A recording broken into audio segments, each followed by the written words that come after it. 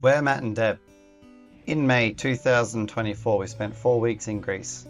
In our last video, we began exploring Athens, visiting some iconic sites and eating some even more iconic food. We're sharing our experiences so you can see where to go, what to do, and how to do it, all while on a budget of €150 per day. In this video, we tried to avoid the crowds while exploring its most famous site. Welcome to Athens! Day 3 started a little too early, but was made easier with morning views of the ancient sites of Athens and our first cappuccino photos and pastries from Attica, one of Athens' oldest bakeries. The coffee and baguettes were fantastic and cost just over €10 for both of us. Yeah.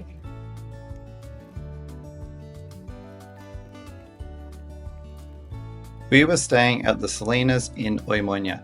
It had excellent Wi-Fi and a co-working space, and although the room was very aesthetic, it definitely had a few functionality and security issues, so I probably wouldn't stay here again. The area of Oimonia was also on the sketchy side.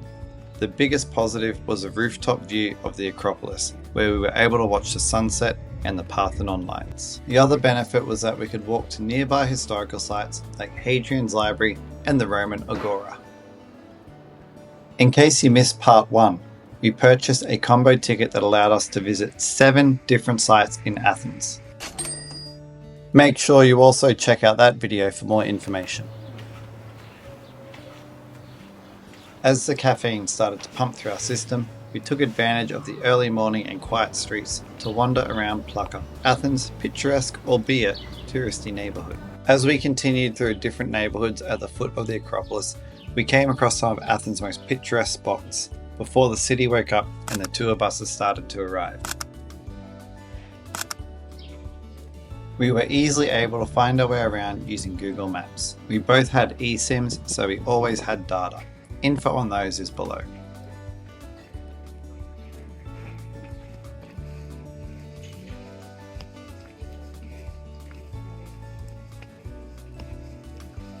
A cardio testing climb through some colourful cafes led us to Anafiotika, a hidden neighbourhood nestled under the Acropolis. The entrance to this place is unexpected, but once you're through the graffitied walls, you'll think you've stepped back in time or been transported to an island paradise.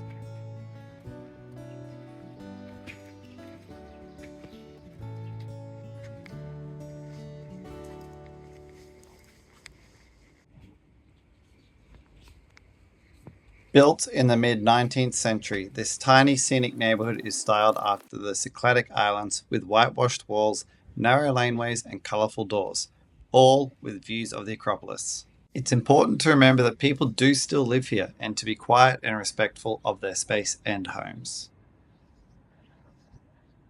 What we loved most about Anafiotika were the amazing views back over the city, as well as the Byzantine churches buried in amongst the homes.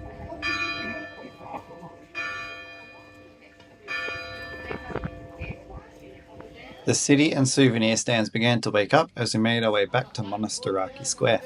We grabbed some fruit from one of the local vendors, paying only €1.30 for half a kilo of amazing cherries before having one of the best gyros in all of Greece. For only $3.50 each, we ordered 2 with everything gyros that had the smokiest charred meat, salad and chips, delicious sauces and fresh pita bread. It's super convenient for lunch if you're planning on hitting up the Acropolis Museum since it was right next door. This museum houses archaeological findings from the Acropolis and its slopes. If I'm being entirely honest, unless you're really into museums or the Acropolis, I would skip this.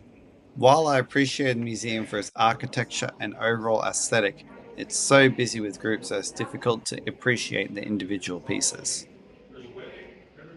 On a day where we had already seen so many amazing things, spending a good chunk of our daily budget to be in such a crowded space felt disappointing, especially when we compared it to other museums we could go to in Greece.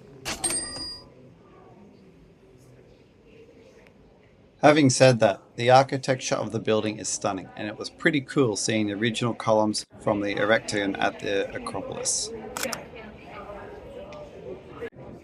There's also some nice spots in the museum to grab photos of the Acropolis, but these can be found all over the city.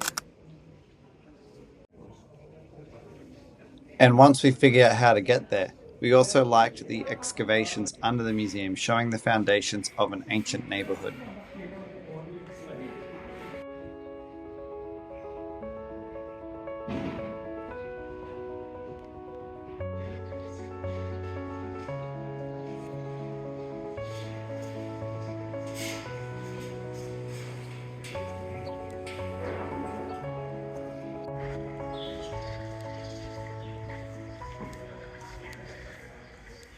We started towards Hadrian's Arch, stopping for a sneaky ice cream at Django Gelato.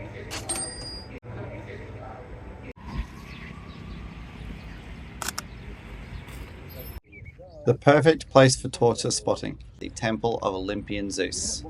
This was once one of the largest temples in the ancient world. Only 16 of the 104 17-meter columns are still standing. Because we're in Europe, it's customary to be covered in scaffolding. We decided to fuel up with lucamades. Oh, she's crunchy. Oh, she's hot. Try again later. Traditional Greek donuts covered in honey and cinnamon. A single serve was definitely enough to share, and we were glad to sit down for a break before making our way to the Acropolis. We went in via the southern entrance at 5 p.m. We were able to walk straight in. Our first site was the Odeon of Herodes Atticus. I believe you can usually explore the site, however they were setting up for a performance when we were there.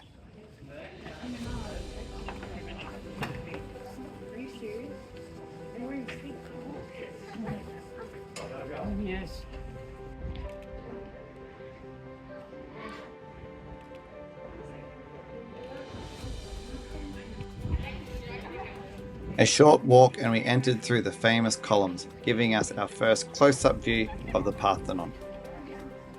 Again, it's Europe, so scaffolding.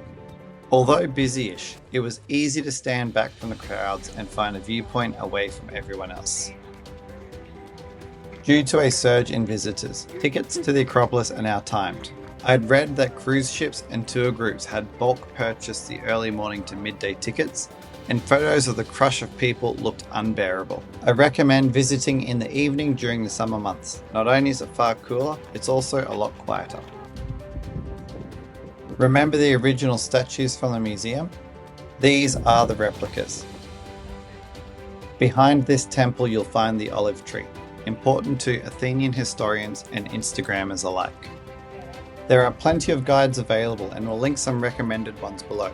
But we are, Matt and Deb, on a budget, so we use Rick Steve's free audio download. Going up in the evening was a good choice. With less people and cooler weather, we were able to enjoy the views. It wasn't until the bottleneck exit and slippery steps that it felt busiest whilst we were leaving.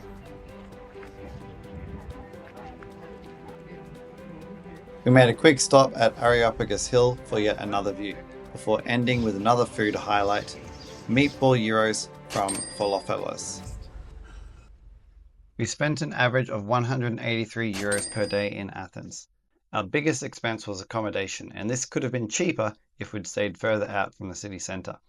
Even on a budget, we ate some amazing food in Athens.